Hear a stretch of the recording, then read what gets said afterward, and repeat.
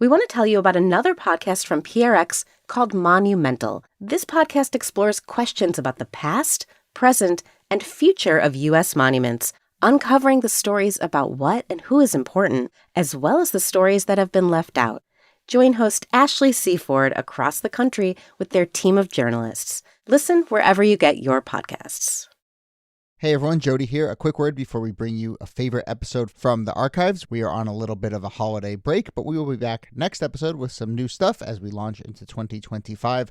But usually around this time, we think of some episodes that make sense for the end of the year or some of our favorite episodes from the year.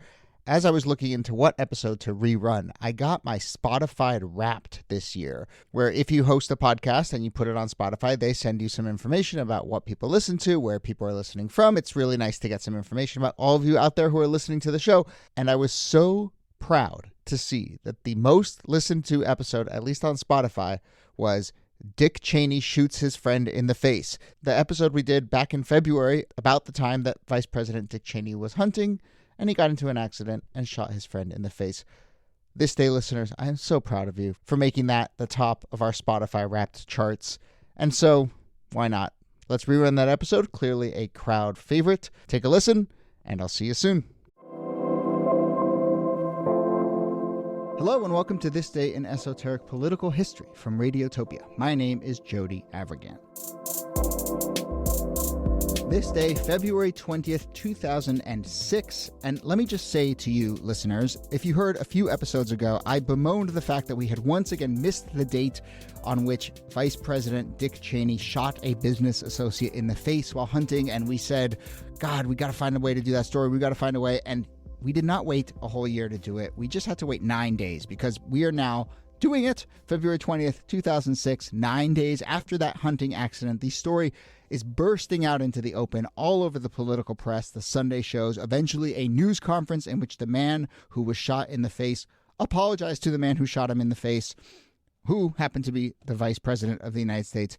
So here we are, and I will just say that if there's anything we do on this day in esoteric political history, it is we keep our promises, and we promised that we wanted to do this episode. We're all thrilled to do this episode, and we have a hook. In part because, it took a while for this story to trickle out, which is where we will start as soon as I introduce our usual guests, Nicole Hemmer of Vanderbilt and Kellie Carter-Jackson of Wellesley. Hello there. Hello. Hey there. So it's not the crime, it's the cover-up. I'd say in this case, it's both. The crime is pretty amazing, but the cover-up is interesting, and maybe we'll do a little bit on that because we are sort of marking this window. The news of this didn't come out right away, and that became as much of a story as anything. I mean, sure, you're on a ranch. It's not like you're in the public eye, but you want to walk us through why it did take a little bit for the nation and then the press to realize that this had gone down, and then we'll circle back to what happened on that day itself.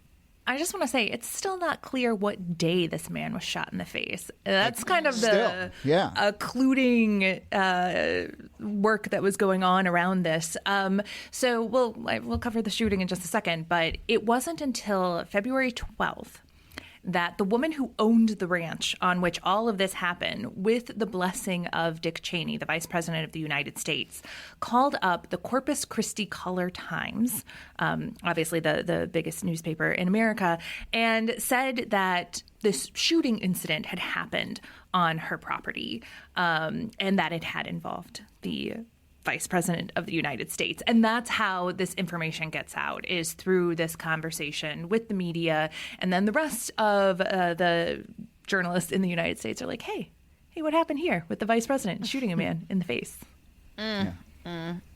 Yeah, the cover-up starts almost immediately. I'm sure. I mean, there's ways in which you can say it, and I think Cheney does say, like, sort of like, oh, I just wanted to make sure he was okay before we, released anything, and wanted to make sure he was on the road to recovery.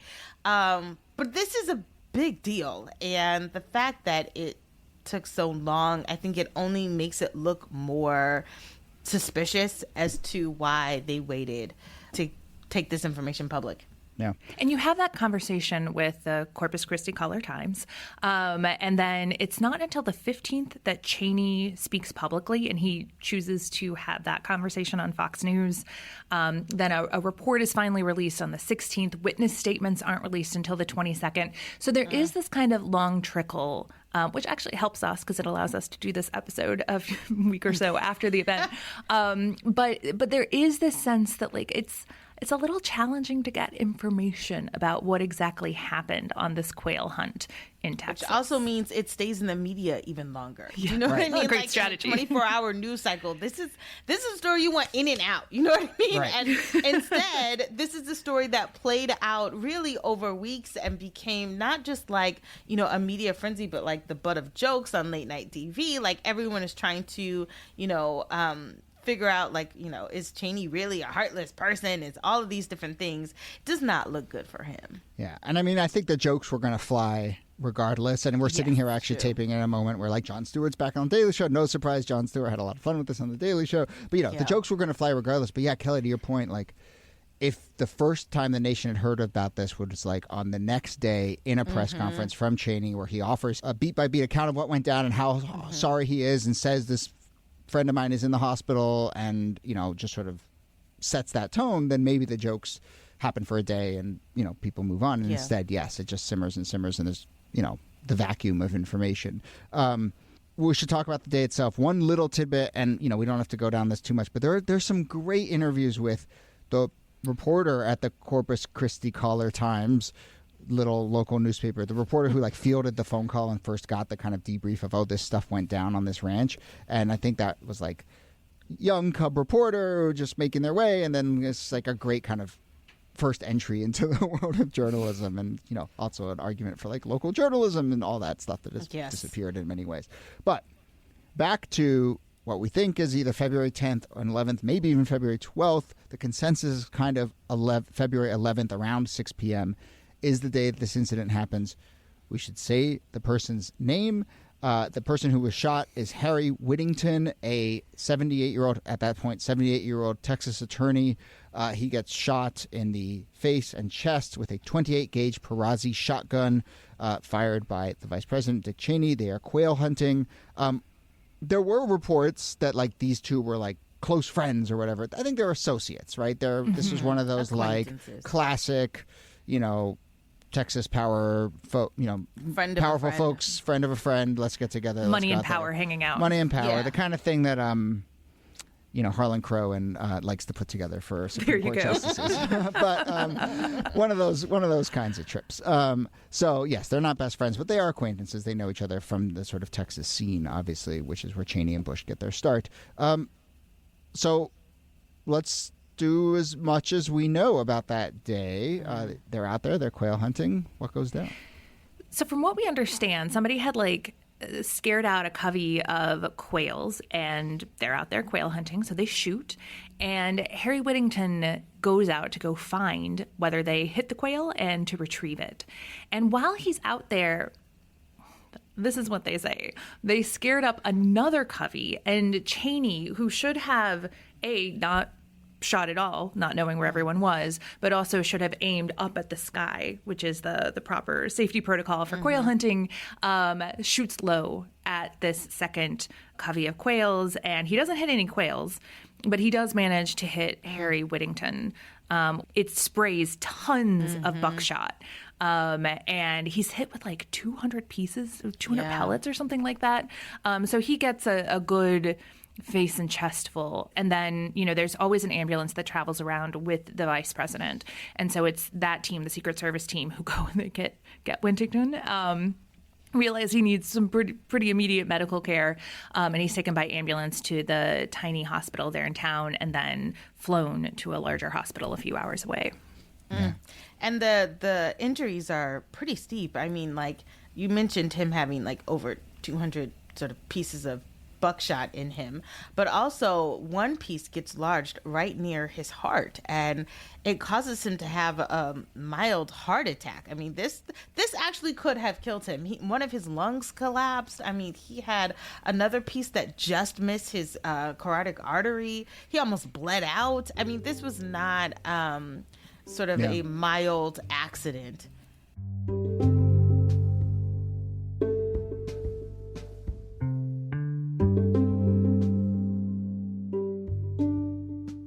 This day is brought to you by Mint Mobile. Here's a resolution as we end one year and start a new one. Stop paying so much for your monthly wireless plan. Seriously, have you looked at your bill lately? I have, and after months and months of thinking to myself, man, this feels really high, I finally gave Mint Mobile a shot. Their premium wireless plans start at $15 a month. Just to be clear, I am saying 15, 1-5. The secret is that they do it all online. So they're not setting up retail stores or salespeople or anything. They are just laser focused on taking a little bit of your money and giving you great wireless service in return. I switched from one of the big 3 providers. It was a super easy process, and I was up and running. High-speed data, unlimited talk and text, 5G, all that stuff. But now, when I get my wireless bill, I don't want to throw my phone out the window. So, turn a new leaf heading into the new year. To get this new customer offer and your new 3-month unlimited wireless plan for just $15 a month, go to mintmobile.com/thisday. That's mintmobile.com/thisday. Cut your wireless bill to $15 a month at mintmobile.com/thisday. $45 upfront payment required, equivalent to $15 a month. New customers on first 3-month plan only. Speed slower than 40 gigabytes on unlimited plan. Additional taxes, fees, and restrictions apply. See Mint Mobile for details. As you start to think about the gifts you'll get people this holiday season, keep in mind that it is really wonderful when you can get someone a gift that they wouldn't necessarily get for themselves. Maybe a little bit of luxury that they don't know that they're missing. For quality gifts at an affordable price, my go-to is Quince. Quince lets you treat your loved ones or yourself to everyday luxury at an affordable price. Honestly, I think of Quince as that secret hack that your most stylish friend has. You're always wondering, how do they know the angles to step up their style game? Well, this is the angle. You can get a cashmere sweater for $50. I, not the most stylish person in the world, but someone who likes to step it up from time to time, I have a pair of linen pants from Quince, $49. I got a linen shirt to pair with it, $29. That's right, I'm going head to toe linen. I do that from time to time. Quince has got jewelry, Italian leather handbags, European sheet sets, whatever you're looking for. All Quince items are priced 50 to 80% less than similar brands. And they're able to do that because they partner directly with top factories, cutting out the cost of the middleman, passing the savings right on to you. So it's time to gift luxury this holiday season without the luxury price tag. Go to quince.com/thisday for 365-day returns plus free shipping on your order. That's QUINCE.com/thisday to get free shipping and 365-day returns. All right, now you know the secret hack. Quince.com/thisday.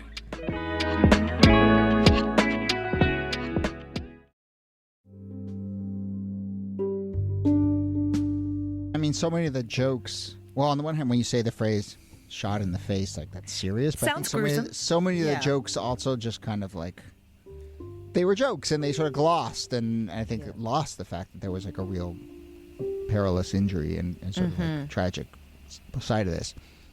That said, to circle back a little bit to Cheney in this moment, you know, it is instructive that, look, I've been hunting a couple times. I'm not a good hunter. I could have, potentially made a mistake. I mean, maybe I wouldn't. But, I think part of the thing that we know coming out of this story for sure is that Cheney's not a very good hunter and that he was being cavalier out there. Yeah. And it just, for what it's worth, plays into, I think, a Bush era kind of thing of all these folks cosplaying as authentic Texas folks.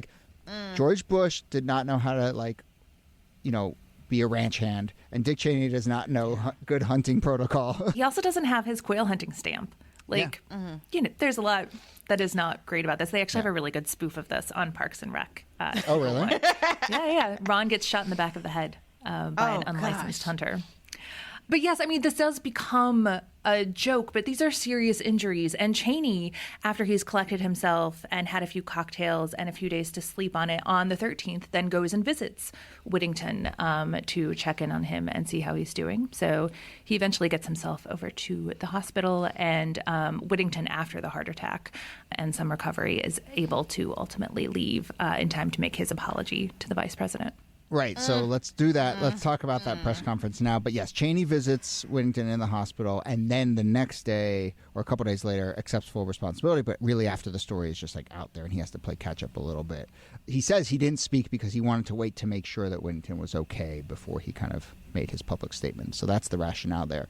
But yeah, Whittington's press conference, very interesting. Let's go to that moment, and then we'll also talk about Bush's statements in reaction to this. But what do we make of that?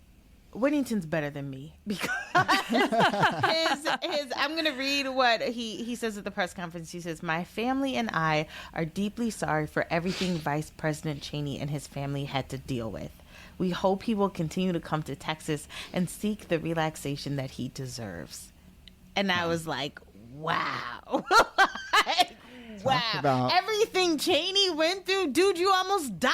You bled out. Like, you had a heart attack. Like, I don't, maybe I'm missing what Cheney went through in terms of public humiliation. That to me does not compare at all to almost losing your life for something that's how power works. It is how power works. Yeah. Wow. I'm very sorry to have gotten in the way. Trickle down responsibility.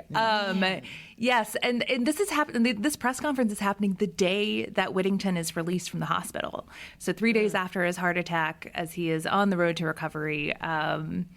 And I think that this continues the story, too, because also remember that in this period, Cheney was, his popular image was as the kind of puppet master behind the president. That George W. Bush wasn't that smart, and Dick Cheney was actually the person running things and had kind of unlimited power. And this is one of those moments where, like, the guy who Cheney shot is apologizing to him, and it just reinforces, even though it's played for jokes, it reinforces that idea that Cheney is untouchable. He can shoot a man in the face, maybe not on Fifth Avenue, but he can walk away from it, not only without charges, but without, with the person apologizing to him. Bush's statement is worth highlighting as well because it is in that same spirit. And so Bush is asked about this, and he says to the press, "People are making the wrong conclusion about a tragic accident. The vice president was involved in a terrible accident, and it profoundly affected him. When he was here in the Oval Office, I saw the deep concern he had about the person who he wounded." And he says, "I know Harry Whittington from when I was in Texas. He's a fine man." And he says, "I think the vice president," but just that initial framing of this is something that happened to Cheney. Bush sort of picks that mantle up as well. One little note on that Bush statement.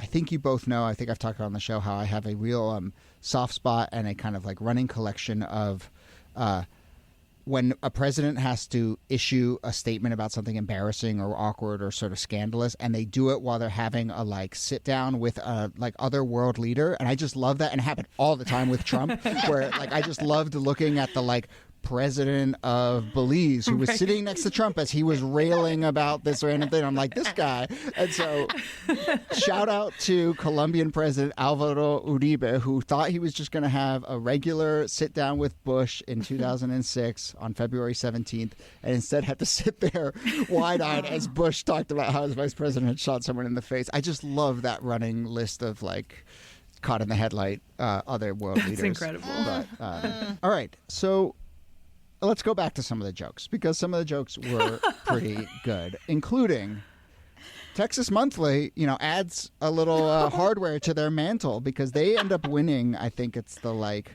best cover line of the year award from the Magazine Publishers of America, because they put on the January 2007 cover caption of Texas Monthly. We'll tweet out this picture, but it says, "If you don't buy this magazine, Dick Cheney will shoot you in the face." And it's a Photoshop of Dick Cheney holding a smoking shotgun. So, the jokes are pretty solid. The picture's hilarious. It's hilarious. Yeah. Oh, man. I mean, we should go on to say that, Whittington does go on to live like a long life. I mean, he's like 95 when he dies last year, and he does go back to quail hunting and all of that. But, that's just, it's hard not to laugh. I mean, I know it's bad to laugh, but there were ways in which people were sort of poking fun that just, it was hard to resist to the humor in it. It's so interesting, too, because it does become a punchline, and I think we mostly remember it through the jokes. I wonder how much the comedy around it sort of papered over or was a replacement for any actual real investigation into, like, why didn't we get clear information about this? Why wasn't there some kind of transparency? So instead of it turning into a scandal, it turns into a punchline, and that actually ends up being very effective for the Bush administration. And moreover, you know, what is this like circle of power that Cheney is navigating in and quail hunting with, which we, you know, have come to learn. I mean, it's always been the case, so we've certainly come to learn as we've seen the stuff about Clarence Thomas. You know, like that's where a lot of real power happens, and I think there was a chance there to investigate on that front. I did email, but it wasn't until last night. I haven't gotten back. But our friend of the show, Adam McKay, who, of course, directed the movie Vice and depicted this scene in there. And to his credit, and to that, I think that movie's credit, made it a sort of, you know, funny and sort of compelling moment, but did not play it up as complete slapstick in that movie, because I think that movie recognized, you know, the swirl of power and rot around Dick Cheney. And this was a sort of as emblematic of that as anything. Did he do a deep dive into Cheney's trauma from the incident? He does not. Vice does not do that, but it does. But I want him crying or anything. Yeah, I want to get his thoughts about. You know, I wish I'd had thought of emailing him. Or like, I would love his thoughts on kind of, maybe we'll put it in the newsletter, but his thoughts on kind of how he approached this and to treat it as a slapstick moment versus a sort of interesting, revealing moment about Cheney and his world. But we will leave it there. You know, bucket list item checked off the list, because this was obviously right in our wheelhouse, and I'm glad we got to it. All right. Well, we will leave it there. Nicole Hemmer, thanks to you as always. Thank you, Jody. And Kellie Carter-Jackson, thanks to you. My pleasure. My family and I are deeply sorry for all that Vice President Cheney and his family have had to go through this past week. We send our love and respect to them as they deal with situations that are much more serious than what we've had this week.